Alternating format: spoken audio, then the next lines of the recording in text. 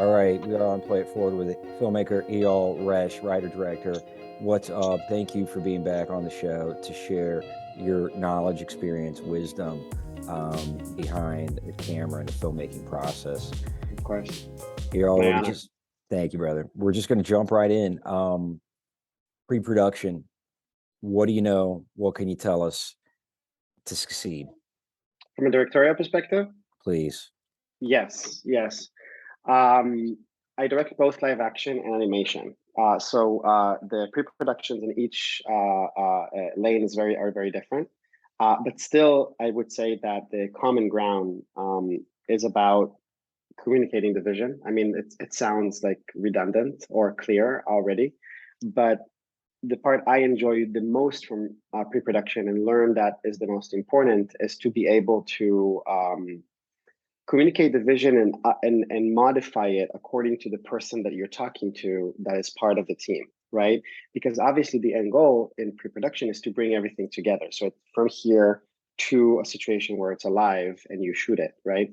So then it's just about how you tailor even your language, even the verbs that you choose to use to each individual, to each professional, so that you will achieve what you're looking for.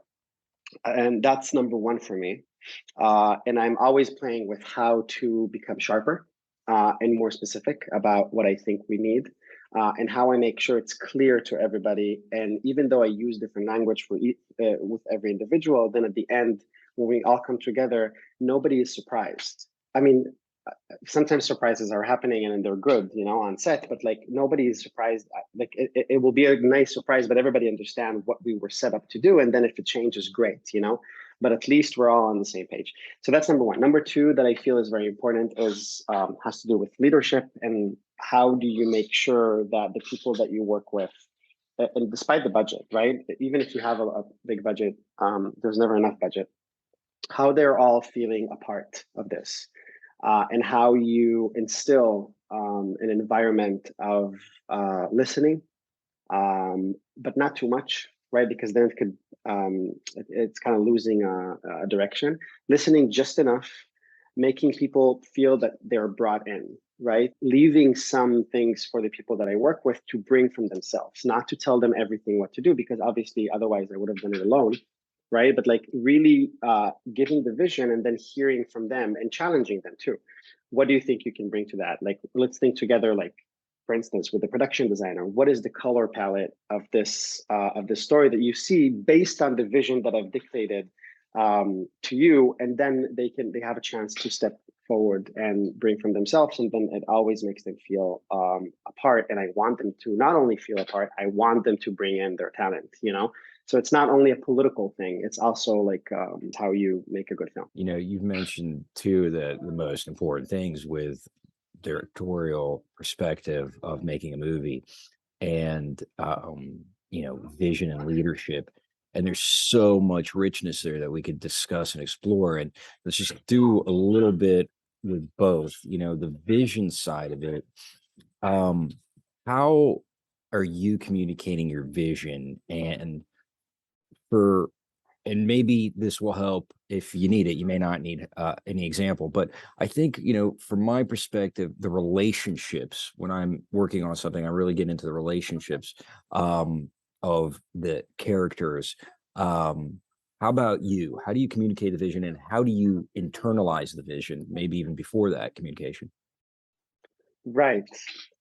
So again, it will vary between the people that I work with, right? I would not give the whole spiel to everyone just because it's not relevant and it could be confusing, right? The idea here is to be as sharp as possible, not sinister or cold, but just sharp to what we're looking to do. So I'm not going to give the whole thing all the time, right? I'm going to open like a door to a world that is specifically relevant to that specific individual. But what I do when I introduce a vision after they read the script, or sometimes before actually, is I will talk about what this film is about. What is the story trying to do underneath everything, right? First and foremost, what are we set to do here? Why is this important in our world? Hear back, why is it important in our world? And I'm getting beautiful responses that sometimes even enrich my creative process of how to direct the actors, for instance. And yeah, it's just about like conversing around what is it trying to do.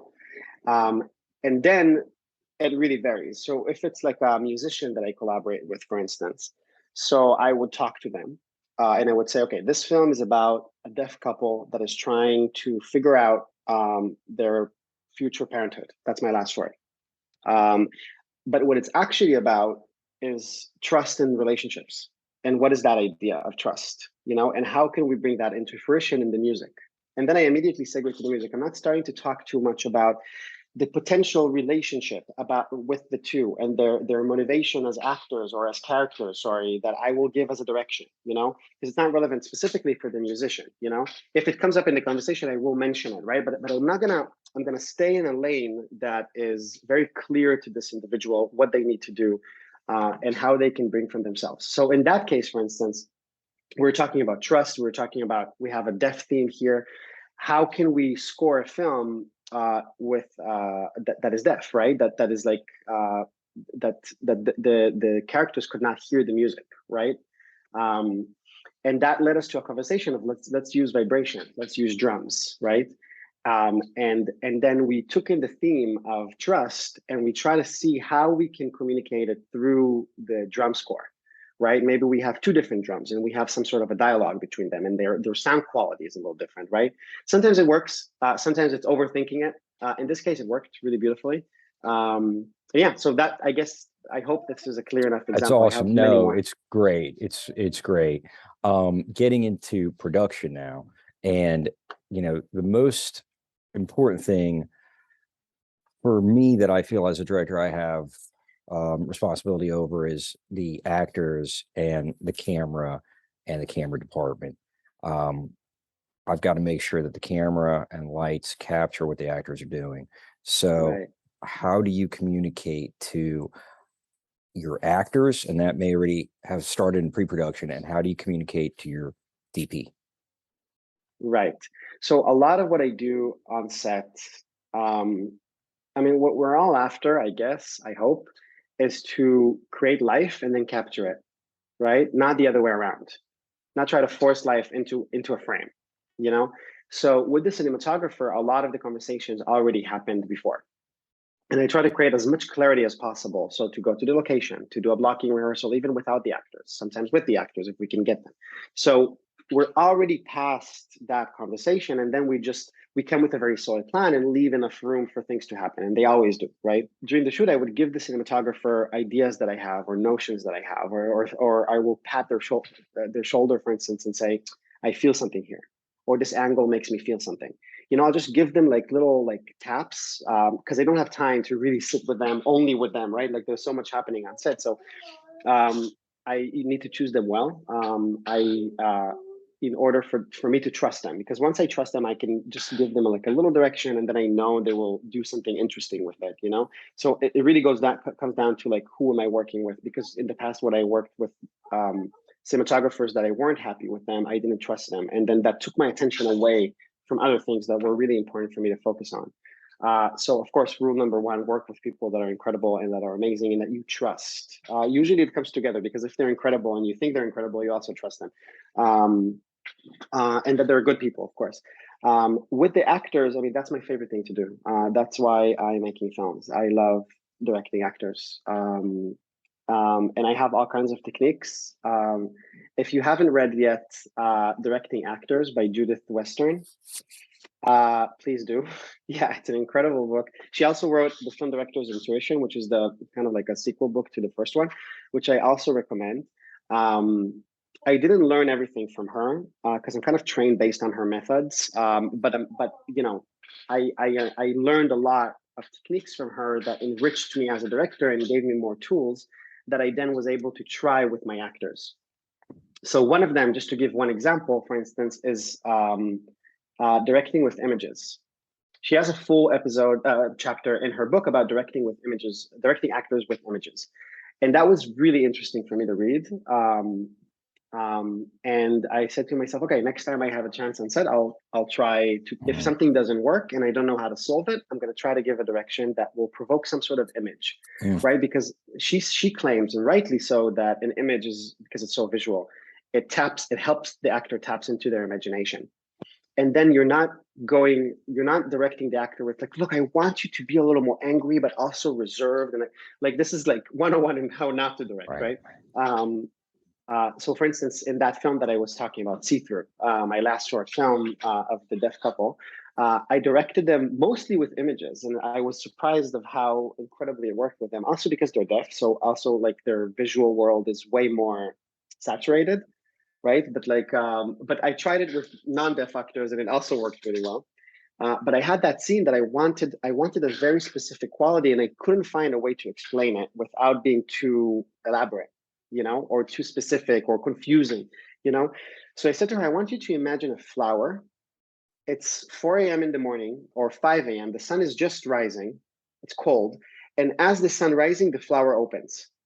That's all. That was my direction for that scene, and obviously it was way more complex than that, right? But like that idea really helped Lauren Ridloff, who performed, who was my protagonist, who is now in the Eternals, and Sound of Metal and other things.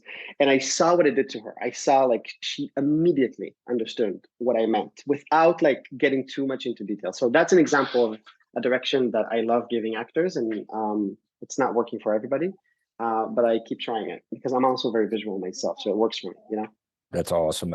She's probably, if I had to pick up one person off the top of my head, and by no means am I, an expert on all the different methodologies to direct actors or act oneself. She's just, her writing is so clear and it's so practical.